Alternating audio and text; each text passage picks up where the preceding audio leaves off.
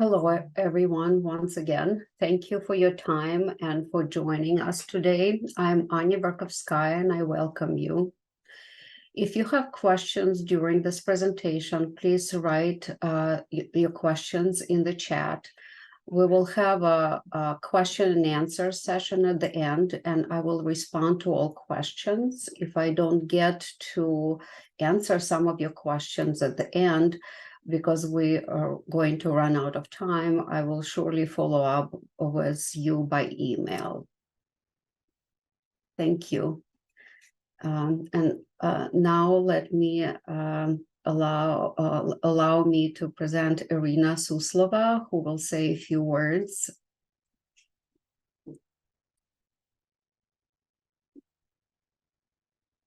Hello everyone. I'm sorry for my not good English, but I will try to speak with you in English. It's my great pleasure and privilege to introduce our speaker, my dear friend, Anya Verkhovskaya. Anya is not just a founder and executive director of Friends of Be an Angel. She is our hope, compassion, and resilience. Anya's journey began as a teenager political refugee, fleeing the former Soviet Union. Her personal experience as a refugee has shaped her outlook on the world and her unwavering commitment to make it a better place. For many years, Anya worked with Steven Spielberg, leading his Eastern European office at the Soch Visual History Foundation. In this role, she orchestrated a vast community outreach network spanning more than 20 countries. Through this network, the life story of over 9,000 Holocaust survivors and witnesses were captured on film, preserving their invaluable testimonies for future generations. Anna's dedication to teaching Holocaust history and promoting tolerance took her to Ukraine in the 1990s, where she spent several years documenting and sharing the stories of survivors and the lessons of history. Her work extended to administrating the Holocaust Victim Assistance litigation and the Germany Forced Labor Compensation Program, ensuring justice for survivors, among many others. But it doesn't stop there. Anna's passion for human rights and justice has led her to serve as an expert witness and administer class actions through her own business, Class Experts Group LLC, where she continued to make a difference in the world. I had the privilege of meeting Anya during the early weeks of this full-scale invasion in Ukraine. In these trying times, she has become my war sister, tirelessly working to save the lives of strangers halfway across the world. The dedication, compassion, and resilience she brings to this mission are awe-inspiring. Anya has not accomplished all this alone. She has assembled a team, extraordinary and dedicated individuals around the world. Together with the support of donors, volunteers, and caring individuals like you, the impact they have made and continue to make through Friends of Be an Angel is nothing short of astonishing. Today, Anya will share with us the remarkable work that has been done to date, including her most recent trip to Ukraine on a humanitarian aid mission.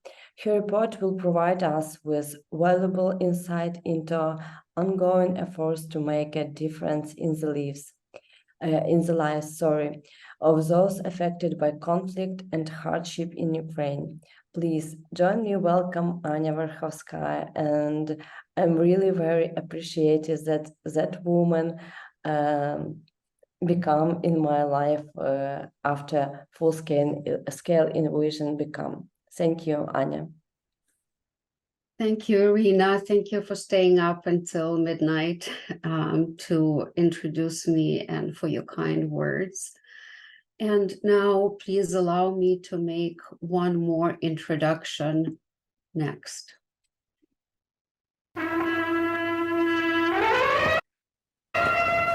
Hello, world. I am Ukraine. I wanted to tell you about myself so we could get to know each other better. On a warm summer day on August 24th, 1991, I was born. I'm only 30, but my roots are strong, extending deep into history. My ancestors were wise and brave and instilled in me a rich culture that shaped who I am. I have my own language, my own traditions, my own cuisine. I have seas and meadows, rivers, deserts, fields, and forests. I am a beautiful woman. And my children are strong, brave, talented, smart, witty, creative, friendly, and free in spirit. I am proud of them, just as every mother is proud of her children. Proud of their inventions, their achievements, their creativity, and their diligence. Yes, I have more than 40 million of them, and like in every large family, they did not always find a common language, but our happy moments always outweighed the bad. All my years have cultivated in them a love for freedom and a desire to be free.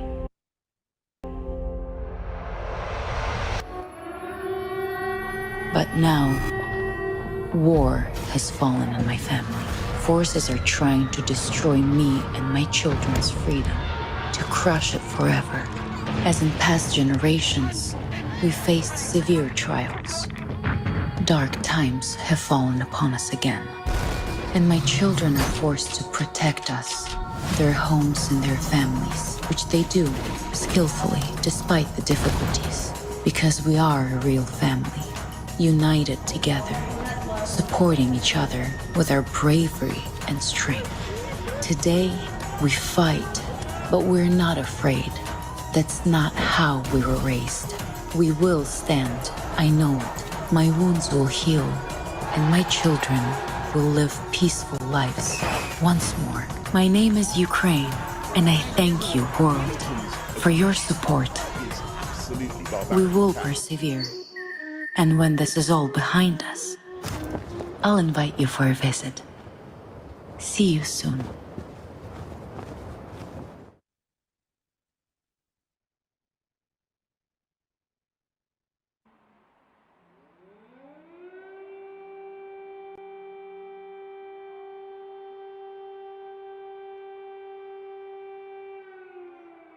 It was 9 p.m. when the invasion started. I received a text message. Are you watching the news? It is happening. On that fateful morning of February 24th, as I witnessed the invasion's initial images, time seemed to freeze. Shock and disbelief weighed heavily on my heart. For years, I had preached that being a bystander is akin to being a perpetrator. Yet, in 2022, I unexpectedly found myself facing a choice I never thought I would encounter. It wasn't really a choice for me. My mind screamed at me to take action, to make a difference. In those first days, I literally dialed random numbers with Mariupol area code, reaching out to individuals seeking shelter from the bombardment. I became their lifeline, directing them to safety and evacuation points I uncovered online. I had to do more, but what, how, where do I start?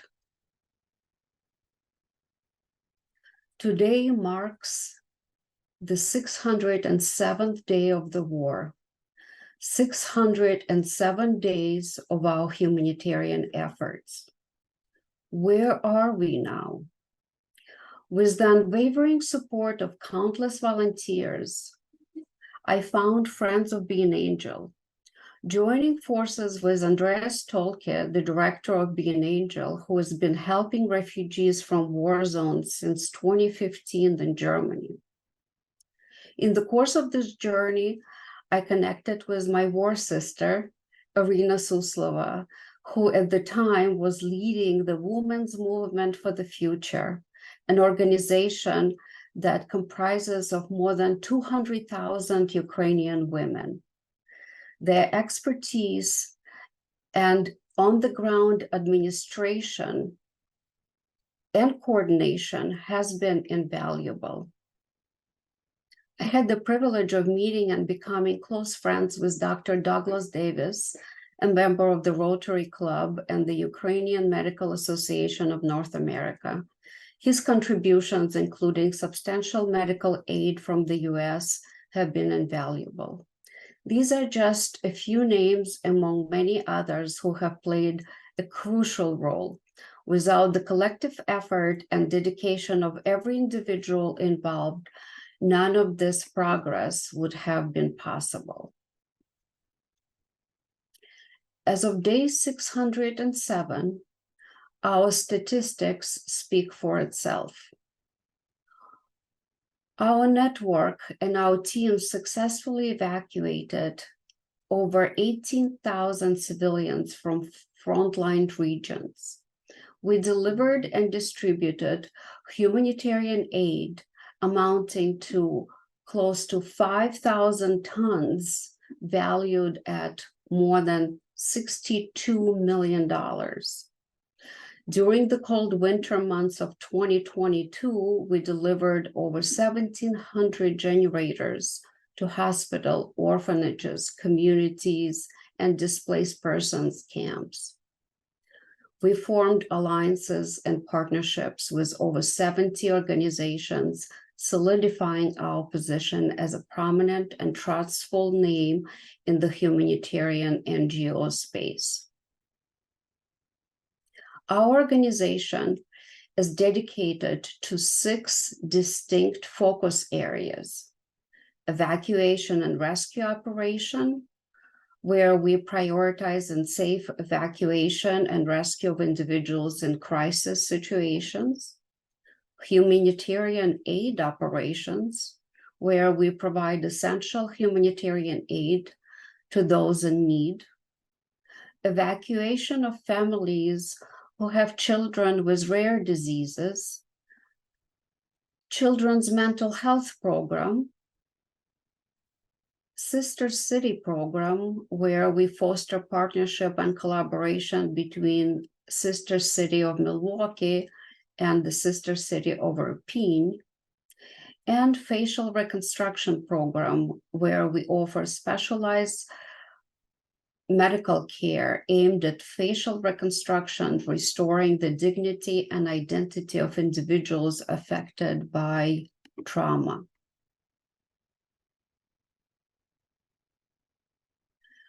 Being Angel's mission is to prioritize the evacuation of the most vulnerable individuals from the front lines, with a primary focus on single mothers with children, sick, elderly, and handicapped.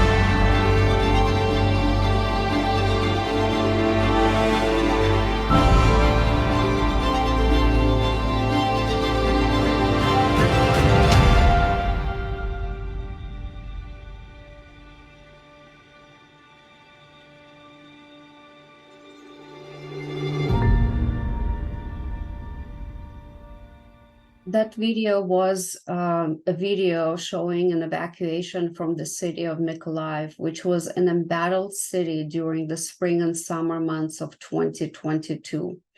During the 9 months battle of Mykolaiv, there were only 6 days where no bombs fell on the city. There was, in some cases, still is, no water, heating, or electricity. On March 4th, of the beginning of the war, Andreas flew to Moldova and began coordinating evacuation buses, first from Odessa and then from more dangerous locations like Mykolaiv, Zaporozhye, and Kherson. Buses were chartered almost weekly, then during the peak seasons of the summer, up to 4 buses a week. The journey would begin from Mykolaiv, where local volunteers coordinated evacuation points. Regrettably, owing to the imposition of martial law and the imperative to safeguard the nation, men were not and are not allowed to leave the country. Witnessing the heart-wrenching farewells and tears as their families turn apart is undeniably the most challenging aspects of these operations. I want to share with you a story of Victoria, one of Being Angel's volunteers who worked closely with the evacuation team. Despite the grueling conditions, the lack of water and electricity, she stayed. Andreas offered her many times to come with us to safety, even for a few days, just to rest. Eventually, she got COVID and was bedridden for weeks. During that time, a missile struck her neighbor's home. The pressure from the blast blew in her windows. Again, Andreas offered her to escape until she was well again. She remained in bed without windows and continued to coordinate evacuations from her bed on her phone. To this day, she is in Mykolaiv.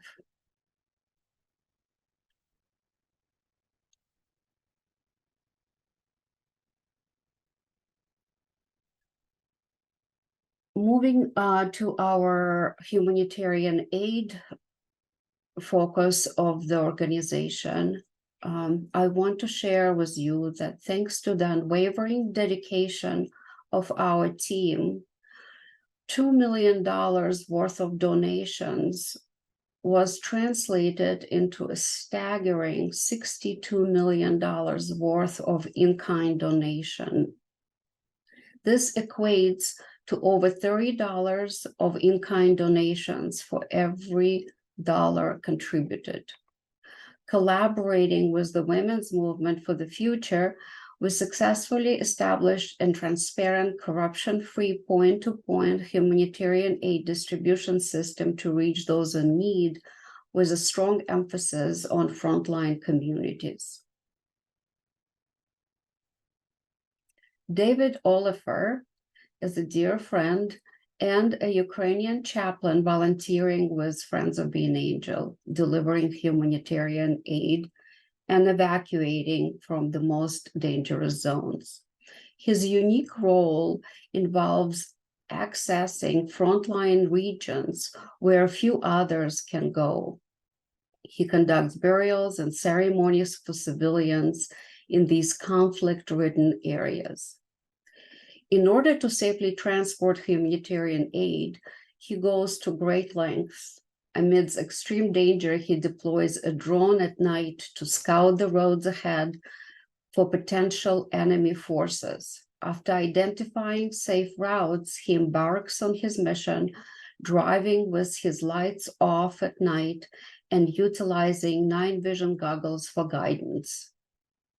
This story that I will share with you sheds lights on one of his recent daring missions.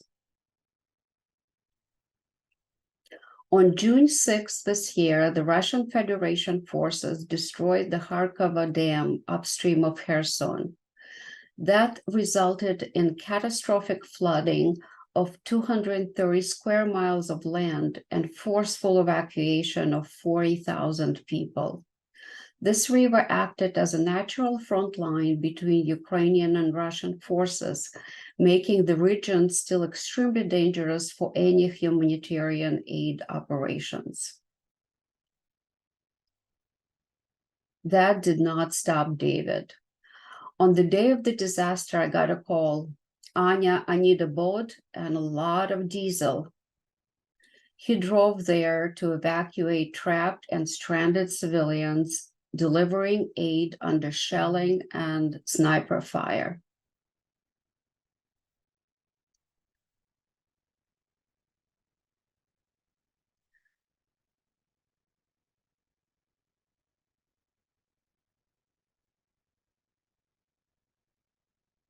Next, I would like to talk about our rare disease program, which serve as a vital lifeline for children enduring illnesses that lack available treatments in Ukraine.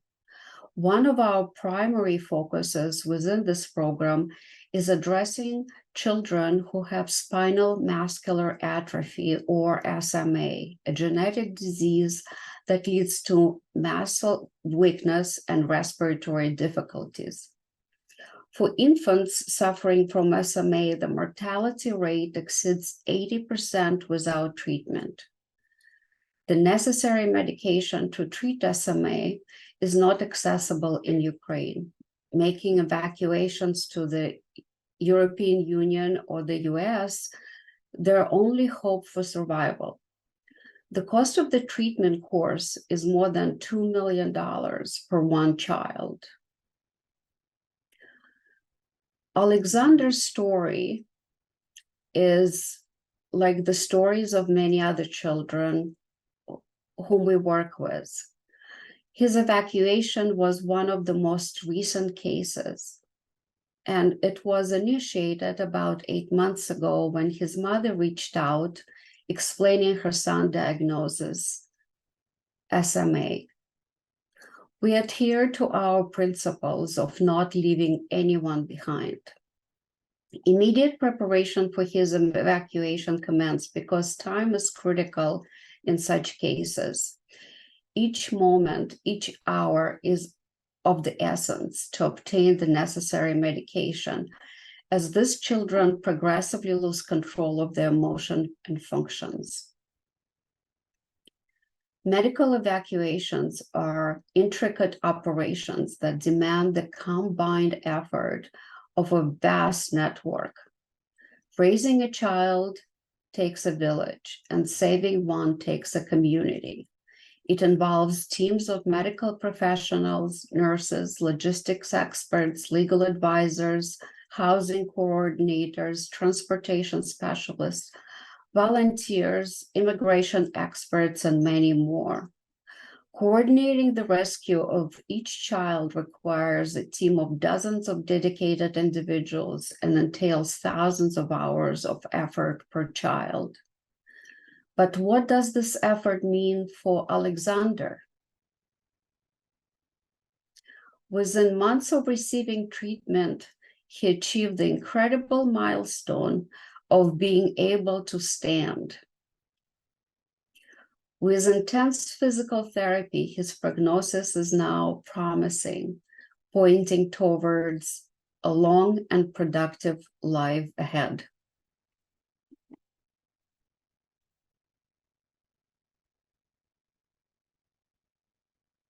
And these are the children who are going through our program. I want to just say a few words about Mia.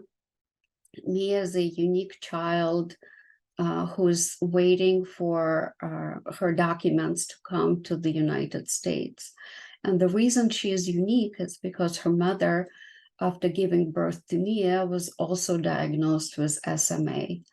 And unfortunately, adults are not treated for SMA with life-saving results. They're treated to prolong their life, but the results are likely going to result in mortality. So therefore, we're bringing Mia and her mom to the New York area, and we will be coordinating treatment for both of them. And it will be hopefully a successful effort for Mia, but there is only so much we can do for her mom.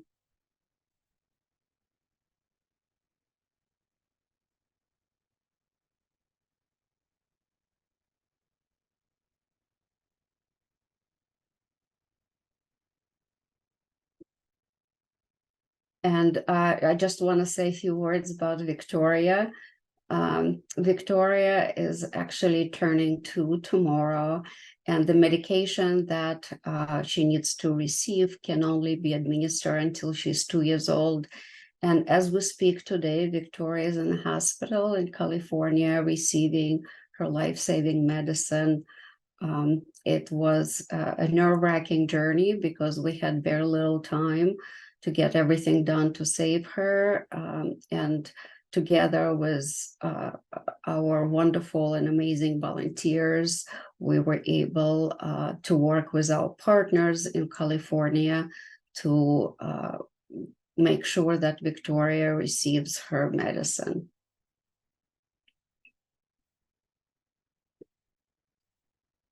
We saved so far, or in the process of saving, 23 children and their families.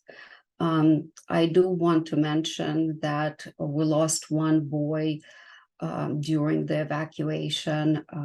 In the ambulance, he was being transported to Germany, and we lost one baby. He didn't make it.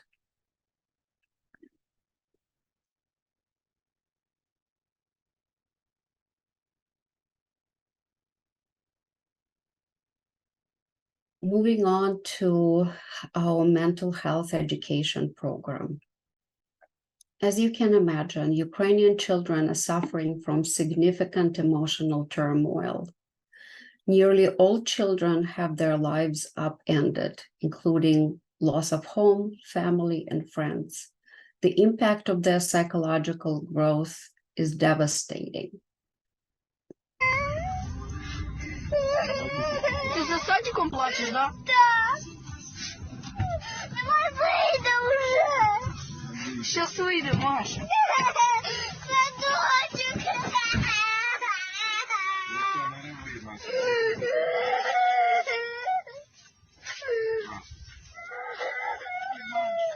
Давай прямо туда. Так туда нельзя ходить, знаете?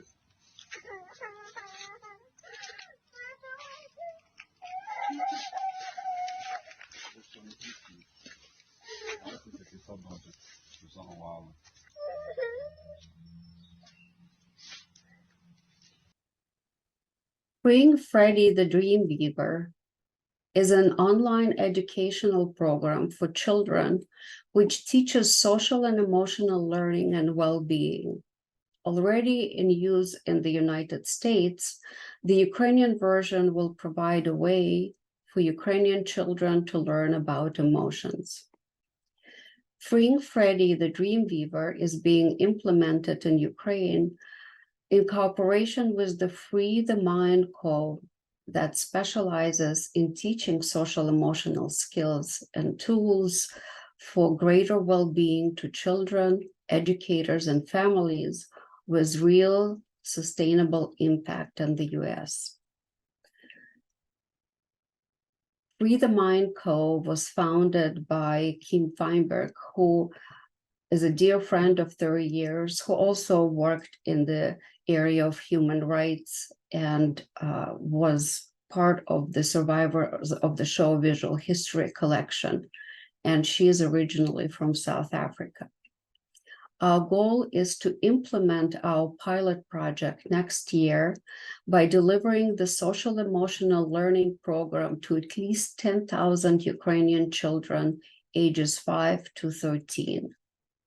We strongly believe that this social emotional training of young children today will contribute to a much healthier society tomorrow. During our last trip to Ukraine, we signed a cooperation agreement with the Ministry of Education and the Ombudsman's Office of Ukraine for Human Rights.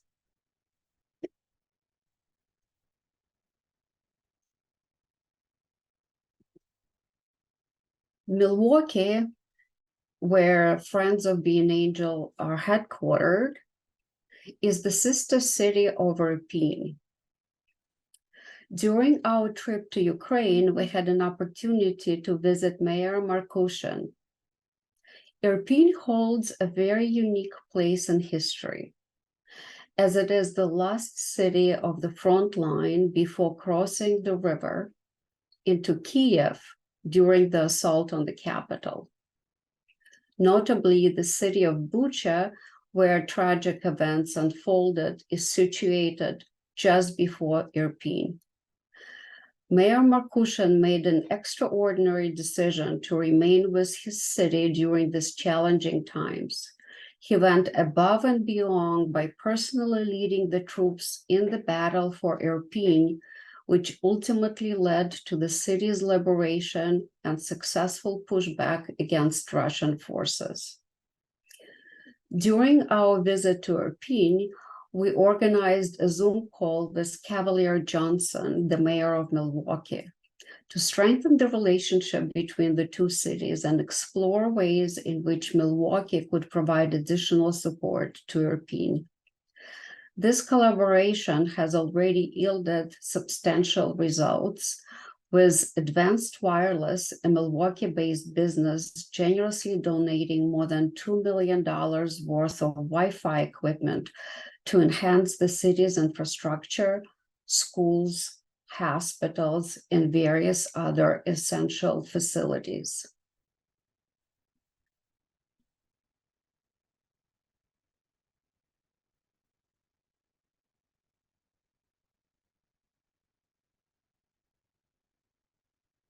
Our facial reconstruction surgery program is a collaborative effort with the charity Oriental Star. Together, we work to raise funds for craniofacial reconstructive surgeries, particularly for individuals who have been wounded or left with deformities, including first responders. We actively engage in partnership with various doctors and doctor exchange programs, which involves our surgeons traveling to the US for training, while we also provide critical medical supplies to those in need. The image to the very right features my colleague Thomas delivering one of the bags I brought to Ukraine from Milwaukee. It was filled with titanium screws and implants valued at over $150,000. This significant donation, along with many others, was secured by Dr. Davis.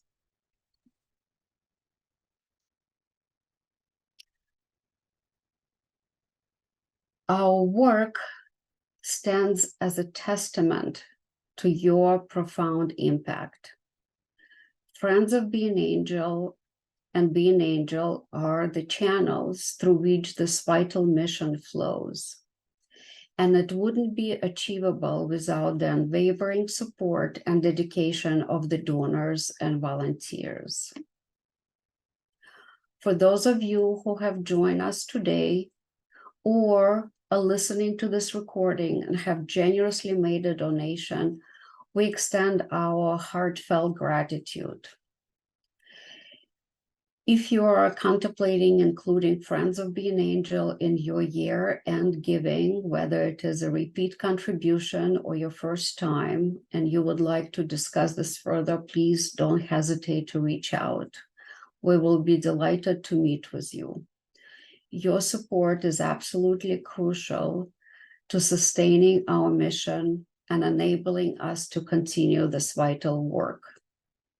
From the bottom of our hearts, we thank you. This concludes our presentation and leaves about 20 minutes for a question and answer session. For question, we would like to ask, if you didn't put it in the chat, if you could use your raise your hand feature, And if I don't answer all the questions timely, I can always stay later for those of you who have time, or can follow up by email as well.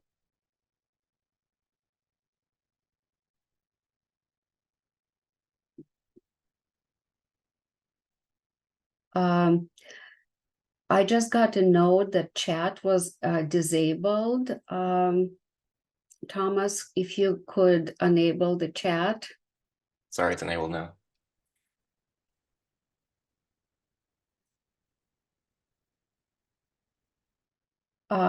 We have a hand raised. Yes, I think you've been unmuted. Hi, and yeah, thank you very much for this presentation. Just wanted to outline how, sorry, I had to close the door.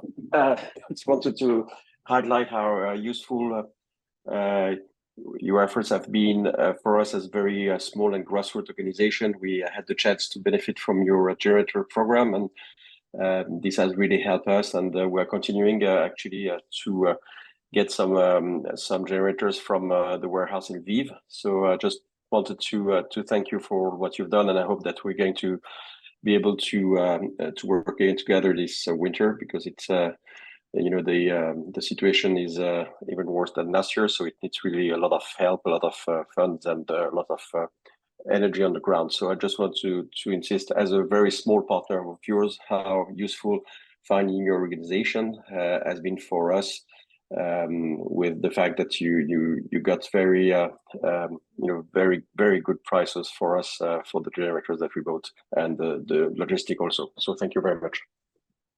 Thank you.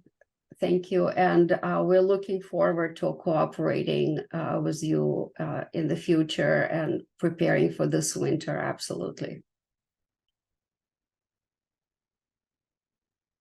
Anya, there's some questions in the chat if you want me to read them out for you. No, I can read. Are there any Ukrainians in Atlanta that can support and send clothes to Ukraine? There is a large Ukrainian community in Atlanta, and we can put you in touch with them.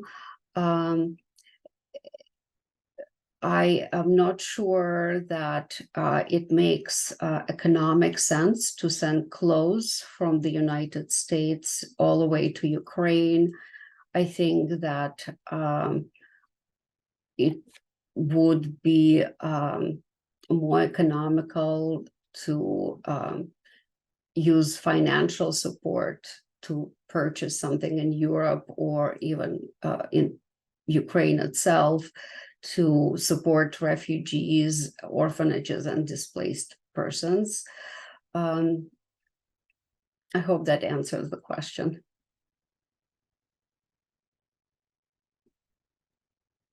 There's another one from Bella Elkin.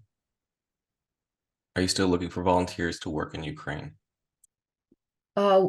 We are working for volunteers to work in the United States because we have a lot of administration and paperwork that needs to be completed. Within Ukraine, we currently do not have any need, nor do we feel that it is really safe or responsible for us to bring anybody from the United States to Ukraine, or from Europe to Ukraine.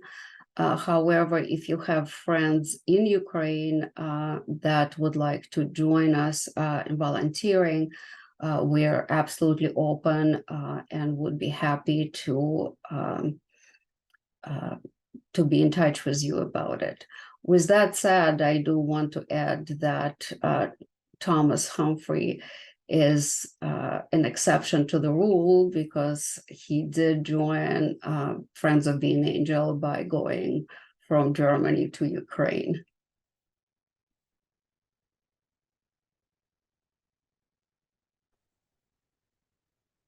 Hey, Anya, can you hear me? Yes. Hi. Hey, Hey, it's Doug. I wasn't sure if I was going to be able to make this call, but I was very happy to be able to join. And you and Thomas and everybody from the team put together a great presentation. I'll just add what you guys are also doing. Be an Angel is in Washington, D.C. right now as part of the Ukraine Action Summit representing Mequon, 5th District of Wisconsin. So another part of, the many missions that Be an Angel is doing. We all just unfurled the largest Ukrainian flag in the world on the Washington Monument lawn. So Be an Angel's all over the place. So I just wanted to say hi and to say what a great job you guys did. So. Thank you, Doug. Yeah, it's a wonderful surprise that you were able to join. And thank you for taking the time from the summit to be part of this.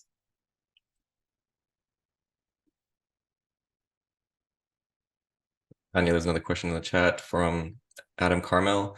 Is there a U.S. contact for Doctor for Heroes? Yes, that's us. Adam, I can put you in touch directly with the Ukrainian side. I know you're planning a trip there, and I can arrange meetings for you when you're in Ukraine with our team, and we can talk offline. I have a list of their needs. If you're interested, I can send it to you directly.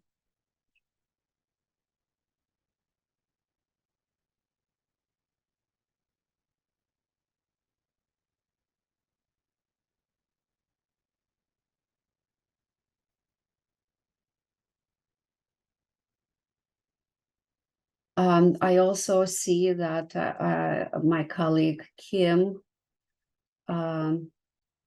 Dobrin joined our call, and I just want to express one more thank and gratitude to her for trusting Friends of Be an Angel and cooperating with us on letting her program be brought to Ukrainian children. And Kim, if you could say a few words, I would appreciate that.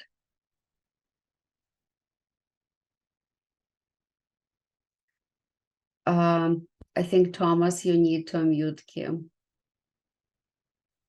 1 second. There we go. Thanks, Thomas.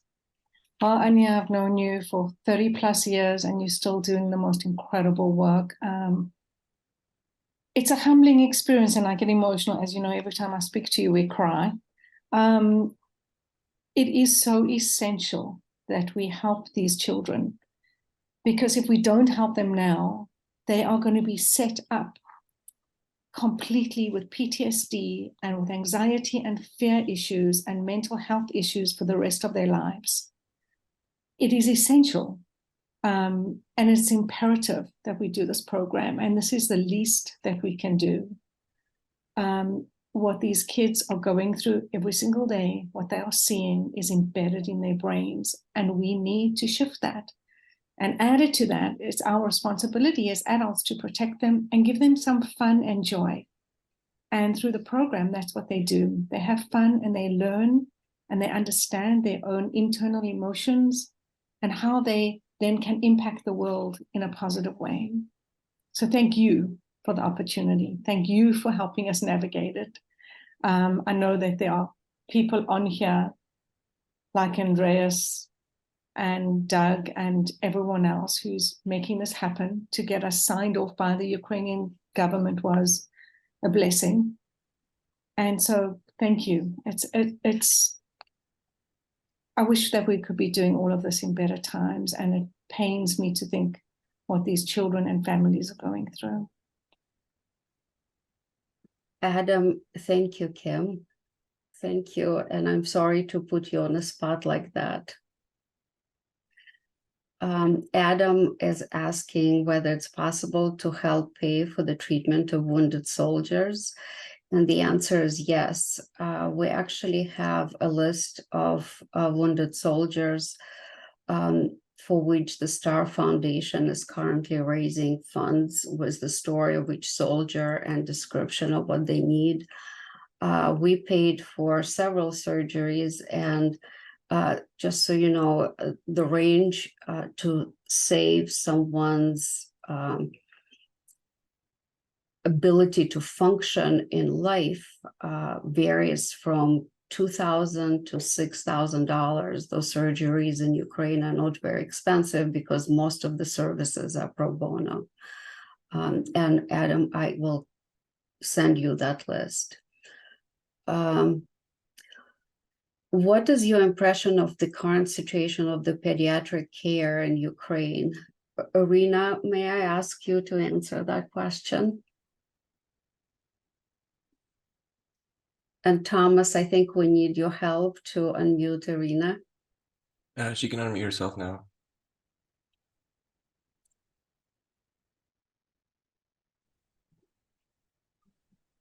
Oh, okay.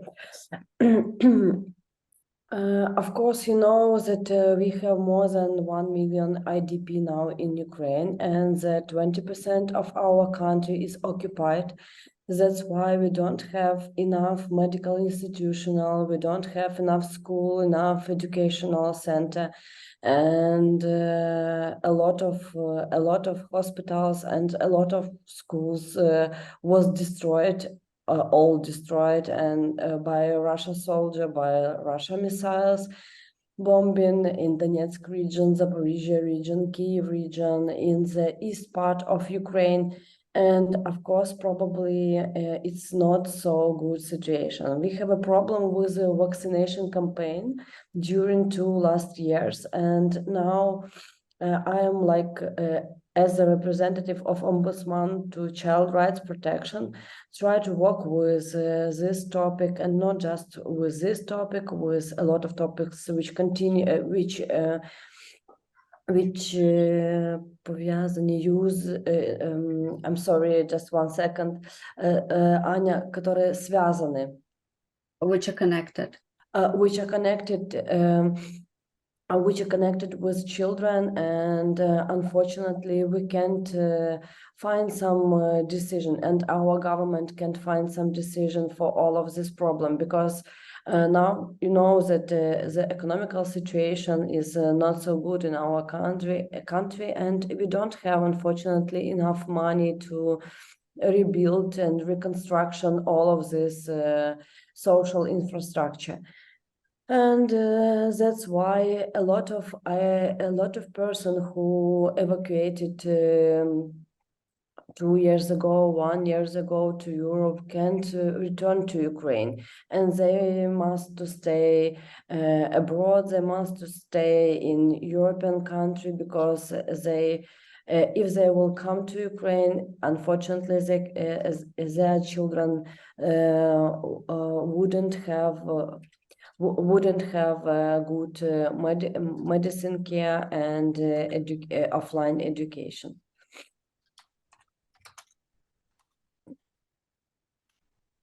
Thank you, Irina.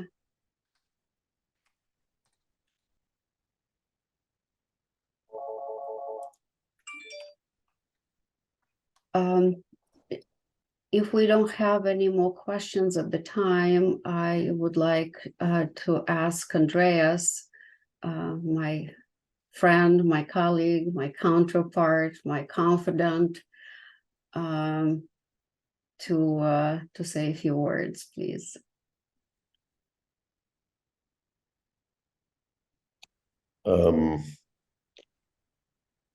I left Ukraine in July 2023. I have been living in Odessa for a while, and this is the first time I ever saw in total what the achievement of our work has been. And I saw Ira, and it really touched me. And I feel right now totally overwhelmed by the support of anyone who did and who continuously does. And I'm somehow, sorry, I'm really speechless by seeing the movie about how beautiful Ukraine is. how wonderful the people are, and that we must not give in. These people fight for our freedom. They do it on the frontier against a crucial, horrible system. They stopped this system for us, and to support them, I didn't know Ukraine. I'd never been there before, and I was, as a journalist, never very interested in the Eastern world. That was not my part of the world, and the country and the people really got me. They really, really got me. There is a humor and understanding, a kind of mutual strength, which is so incredible in these hard times. How this country united, how every individual is taking care of each other. You're in the US, you wouldn't believe it. To say that is so kind of cynical, but it gave me strength as a foreigner going there supporting people. These people gave me strength to understand what humanity is. Anya, thank you so much for what you do. And I have to stop because I have to cry. Sorry.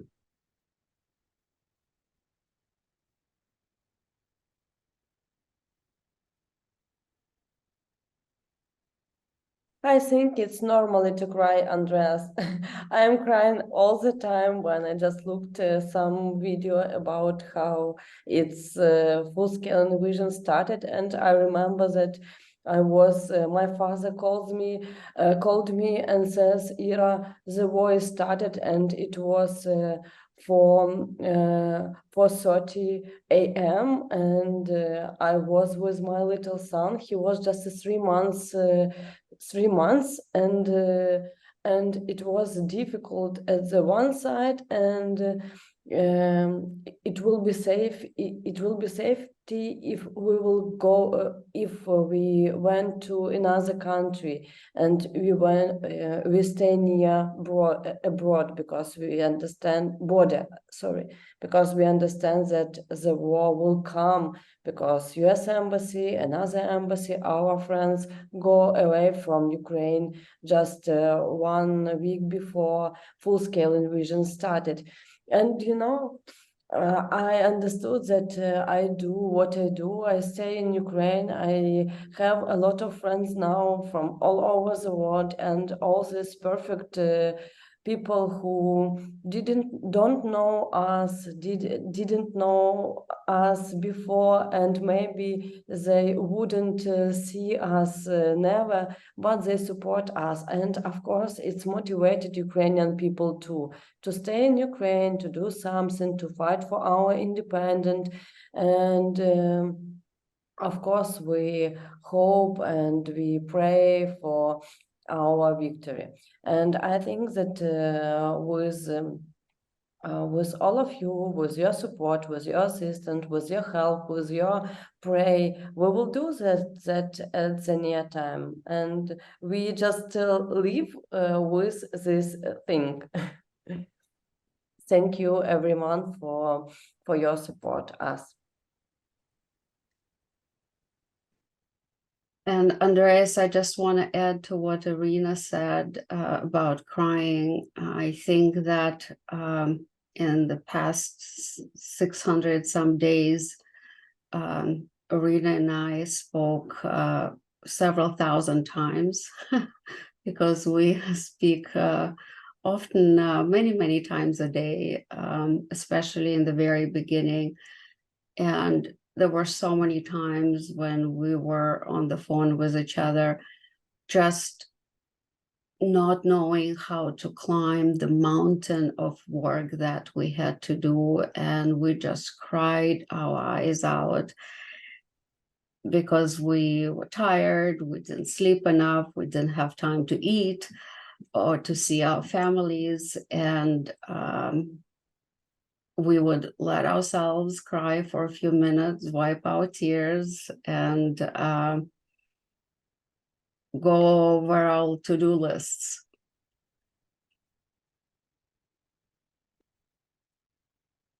Anya, there's 2 more questions in the chat. Yes. Can I ask a question? Can you hear me? Yes. I have a quick question. As you probably know, that mayor of Madison in Wisconsin, she's pretty supportive in the Ukraine.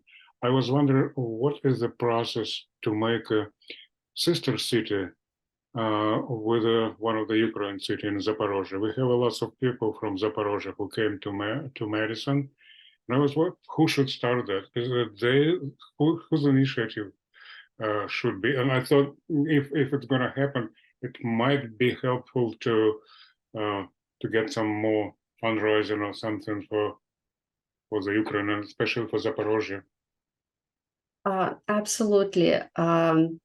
So the process should be started preferably by an NGO, nonprofit organization, but it could also be started by an individual, and it goes through writing a letter request to a mayor's office.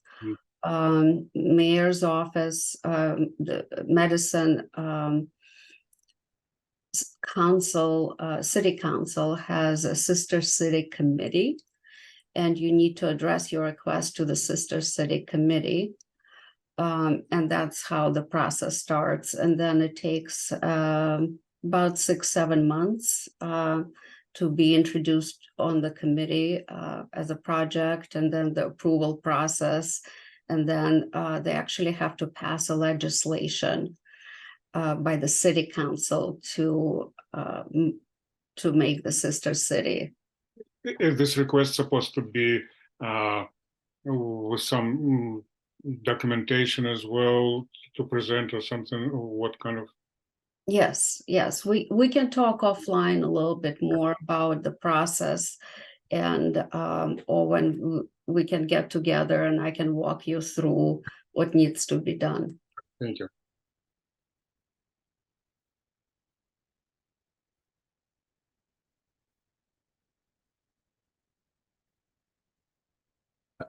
I think we missed one question from Adam. What projects in Ukraine can apply for assistance from Friends of Being Angel? Is there an application form?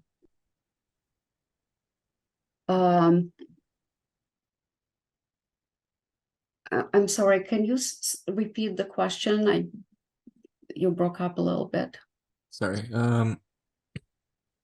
What projects in Ukraine can apply for assistance from Friends of Being Angel?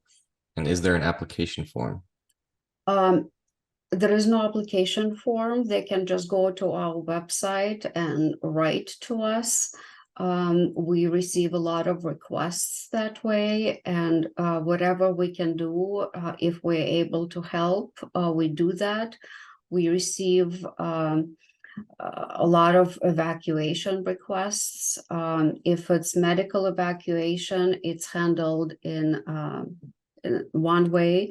If it's non-medical evacuation, we're currently raising funds for 1 bus a week to evacuate people from danger zones.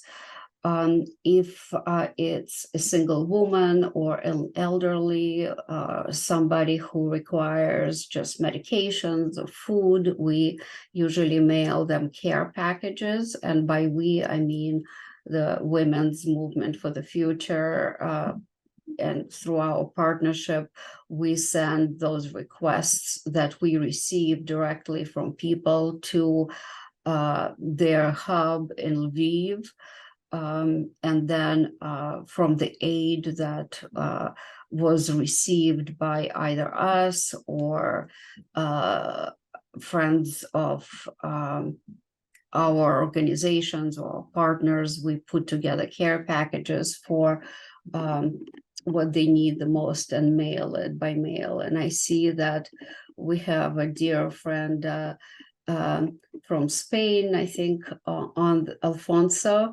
on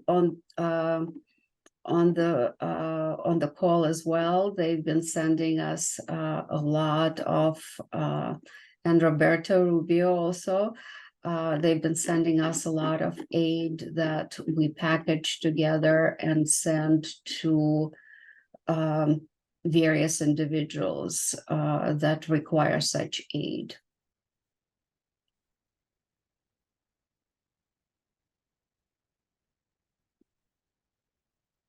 And I also want to just mention that Adam is one of our major supporters who I think with his donations went across the border for most of our projects,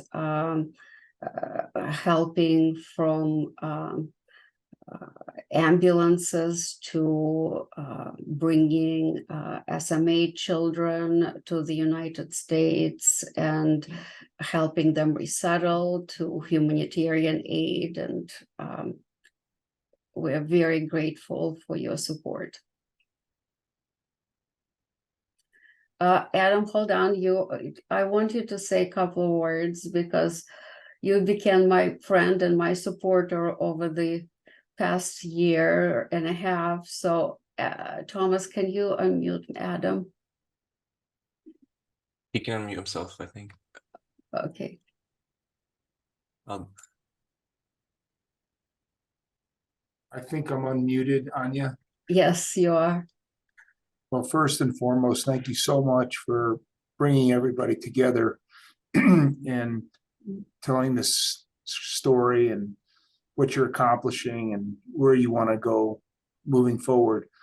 I know everybody on the call has a great deep feeling for Ukraine, and sometimes it feels, insurmountable as to how best to help and how to have a significant impact. But after we all get off today, I know that, I will feel, much stronger about where we're all at and the effort. And I can't thank you all enough. I hope that, I mean this sincerely, I hope that someday we'll all be able to be together, maybe in Ukraine, and celebrate in peace. And I look forward to that. So thank you again, all of you, from the bottom of my heart.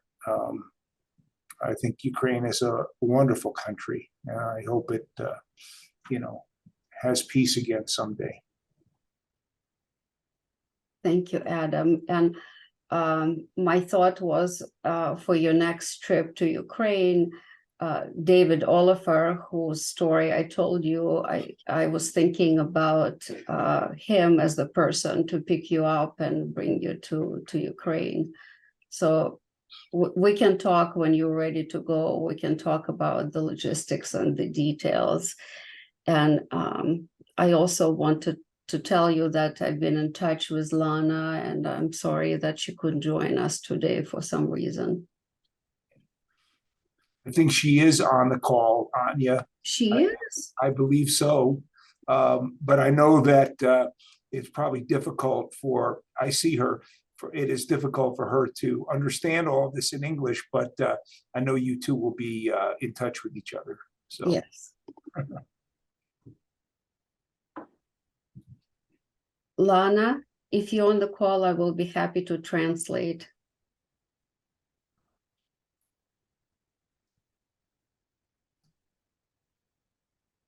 I think you'll need to unmute her, or maybe Yes. she can do it herself. I give everyone permission to unmute themselves. The thing is, everyone has duplicate names for me. There's a glitch, so I can't tell who's who. I'm sorry. They can unmute themselves, though.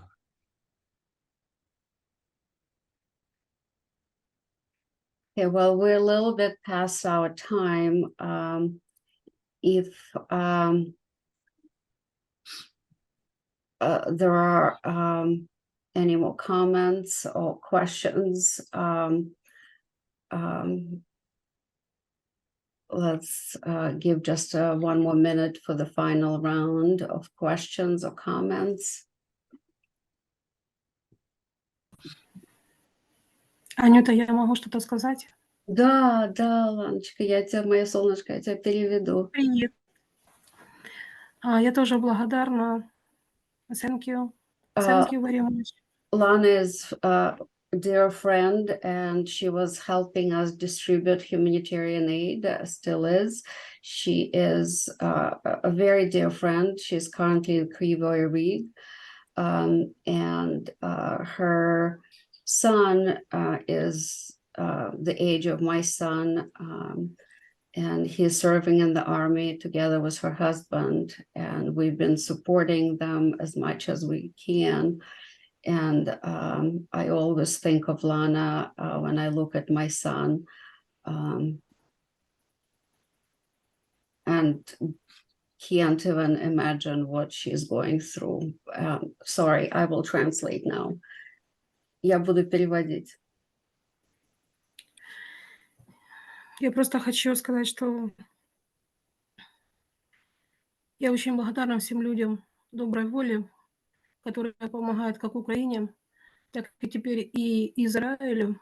Мы должны быть все в одной такой сцепке, чтобы победить это вселенское зло. Lana is very grateful and thankful for all the supporters, to all the supporters and donors and volunteers who work together to help Ukraine and now Israel. We have to stand together in these very difficult times to fight the darkness. И я лично тебя прошу помочь вот нашим ветеранам, нашим раненым жуткими ранениями с 3D-имплантами вот для Ули в Киеве, доктор для героев. И для всех остальных просто сказать о том, что пока мы едины, мы непобедимы, поэтому нам надо объединяться и побеждать это зло. Тебя очень люблю, целую. Дякую тобі дуже сильно. Дякую. Адам, I love you, Адам. Lana was saying that we should pay special attention to the program Doctors for Heroes, where the first responders and the defenders who have been disfigured need implantation. And it's not just cosmetic surgery. Those people are unable to often open their mouths or chew. They don't have noses or eyes. It's not just disfigurement, it's just inability to function on a daily basis. I talked to one American soldier who went to fight to the front lines. We became friends over the past few months. His name is Max. He is currently in the hospital in Chernobyl, and his jaw is paralyzed. He can't chew, he can't eat, he can't talk, he can barely breathe, and he needs a surgery, which we're raising money for to be able to function. And his first and foremost goal is, after the surgery, to go back and keep fighting. He doesn't want to return to the United States. And Lana is basically saying that we can't forget in our work and our fight for freedom, we can't forget those people. Анюточка, можно последнее? Передай, пожалуйста, Андреасу потрясающему огромное украинское вот такое вот сердце и тоже огромную благодарность ему. Узнает ли он меня сейчас, я не знаю. Вот, но вам огромное, Адам, Андреас, просто огромное украинское вот такое вот сердце и огромную благодарность. Я вас просто обожаю. And she wants to also thank a special thank you, a Ukrainian heart to Andreas. Lana is not sure whether you remember meeting her in Kyiv, but she does want to thank you for all the work that you've been doing.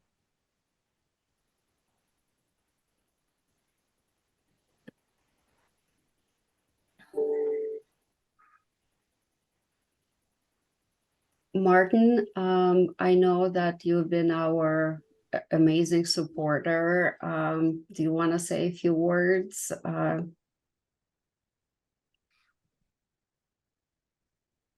Are you speaking to me, Martin Mangello? Yes, I am. Hi, Anya. Martin. Andreas, we love you. It's okay to cry. I have cried so many times myself. It's cleansing for the human body and spirit. And as long as we live here and remain here, we have to try to do everything we can with the archangels to defeat this evil, dastardly, villainous, hateful human being, Vladimir Putin. It's very difficult to remember that people like Anya and Katarina and Elena and our many friends also speak Russian. They grow up speaking Russian. They speak Ukrainian, often many languages. Many people have told us in Rotary International that they don't hate every Russian person in the world. They definitely hate Vladimir Putin. And the burden of this invasion and destructive, powerful force that it wrought down on the earth, on these poor people, is not only disgusting and filthy, but it has really brought a tremendous amount of pressure on Rotarians and many aid agencies, hundreds and hundreds of aid agencies long, working in and around, especially those impacted Moldova, Romania, Poland, those countries around Ukraine. And we have had to pull people out of losing their homes, with mortgages not being paid, working 126 hours per week in Poland and in Ukraine. We have had people shriek into the phone who lost their mind, of names I will not mention, of women in the hospital that didn't even know who they were any longer, crying and shrieking at me in the phone.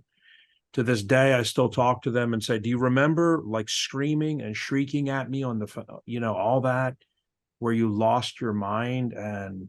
And it was because I told her, you need to take your phone, disconnect it, take it apart, take the battery out of it. You're going insane. You're working 140 hours per week, sleeping 10 to 14 minutes per night in a disruptive sleep pattern. You are medically, mentally, emotionally, mentally coming apart. That's why you're in the hospital.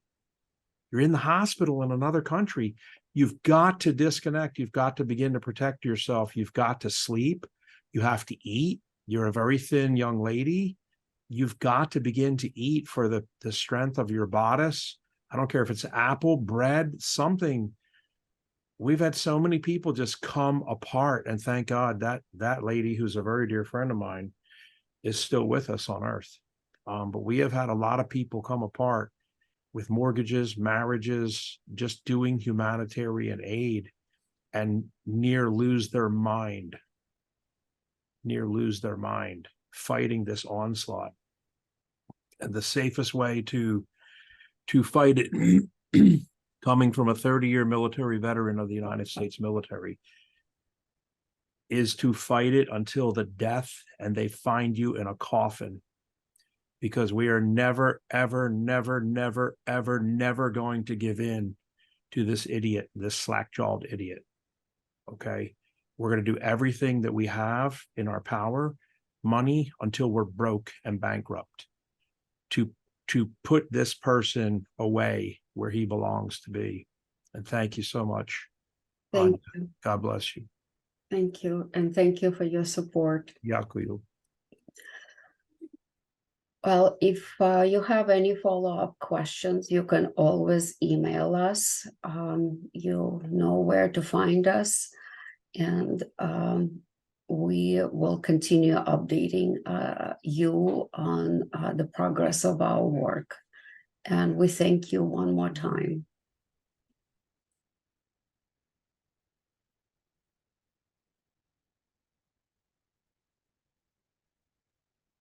Thank you, everyone. Thank you. Thank you very much.